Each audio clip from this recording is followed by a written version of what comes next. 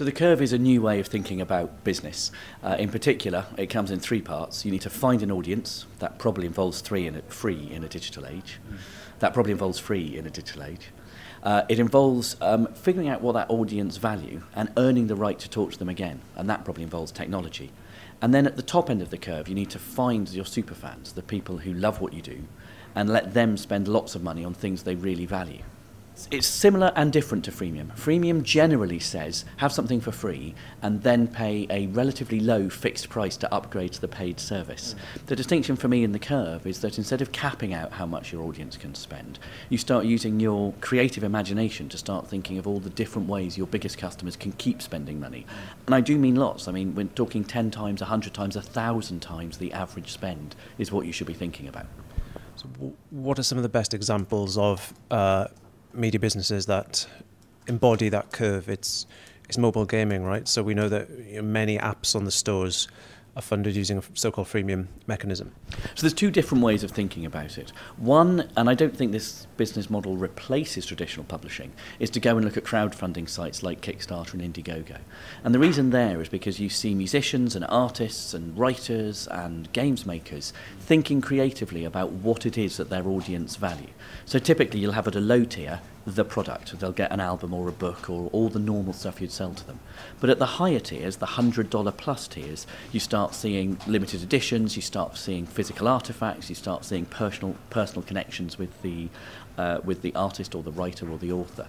And I'm not saying copy Kickstarter, I'm saying if you're trying to get ideas for your business about how you might be able to make something that superfans really value, the crowdfunding sites are full of examples of creative people testing out the water. And then in the other direction, if you want to be more analytical about it, the mobile games industry. Well, it's not just the mobile games industry, the digital games industry. So Facebook games, browser-based games, social games, all of those different game companies, they have all found ways to give their product away for free, create meaningful audiences. One misconception of the freemium business model, at least as it applies to games, is that you need volume. You don't need volume. I know of businesses who have a few 100,000 users, which is still a decent number, but it's not the tens of millions. And they're making $3, $5, $7 million a year, which is not enough to make a massive media company excited, but for a team of 5 to 10 people working in a studio somewhere, that's a pretty good business. At the other extreme, when you get to the Candy Crush sagas and you have 250 million people playing it every month and revenues of, for Candy Crush alone, $1.4 billion, then sure, volume plus the variable price model is extremely exciting.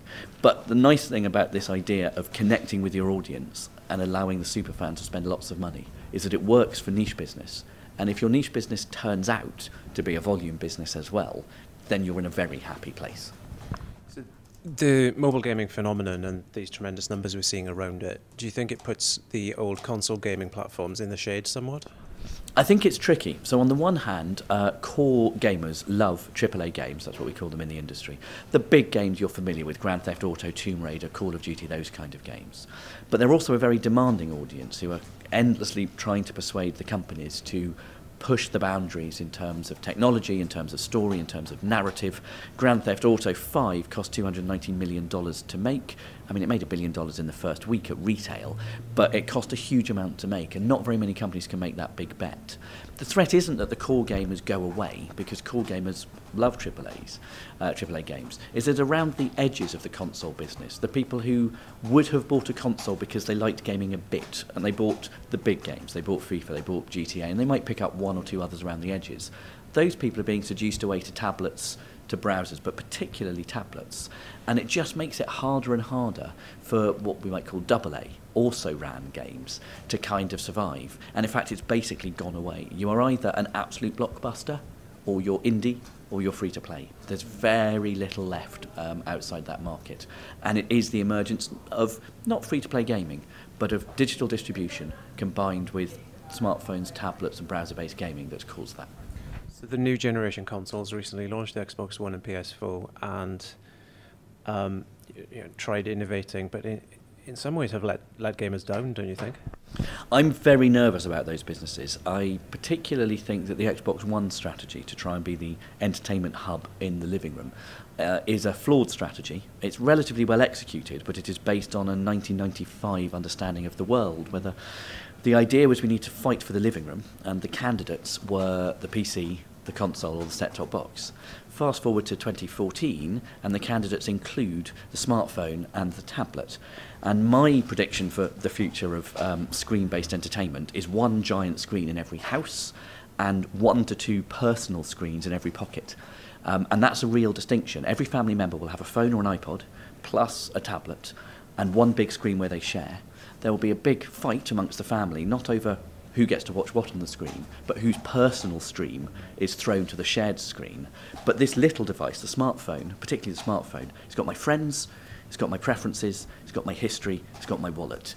I can't see how a set-top box, and it's portable, it goes with me everywhere.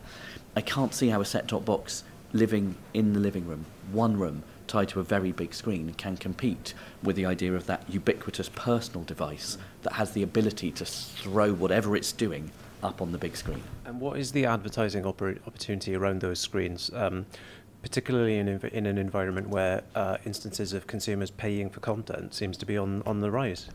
So advertising is a volume-based business model. So basically, if you get volume, you're in a happy place. You then can choose whether or not you seek to use, well, in my world of games, the in-app purchase model, or whether or not you monetize through advertising, and it can absolutely work. The problem is that you do need that volume, and on top of that, the supply of content is rising very, very fast. We're seeing an enormous growth in the rise of user-generated content, for example, uploaded to YouTube.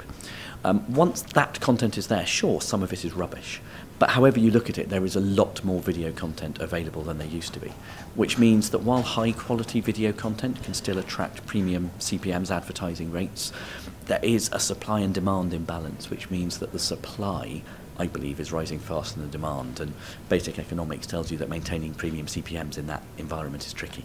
Yeah. Lastly, on the fusion of gaming platforms and video entertainment, many people have for some time predicted a fusion of the two creative formats and fantasized about the unification of Hollywood and gaming in a single interactive entertainment experience. I'm not sure that we're there yet still, are we? We do have the emergence of titles like Beyond Two Souls that are a combination of linear and interactive entertainment. Are we there yet? Is that even the wrong question to ask? So I think there's two very different ways of thinking about this. The one hand is, have we got photorealism and the ability to create storylines and characters that are believable and can create meaningful emotions?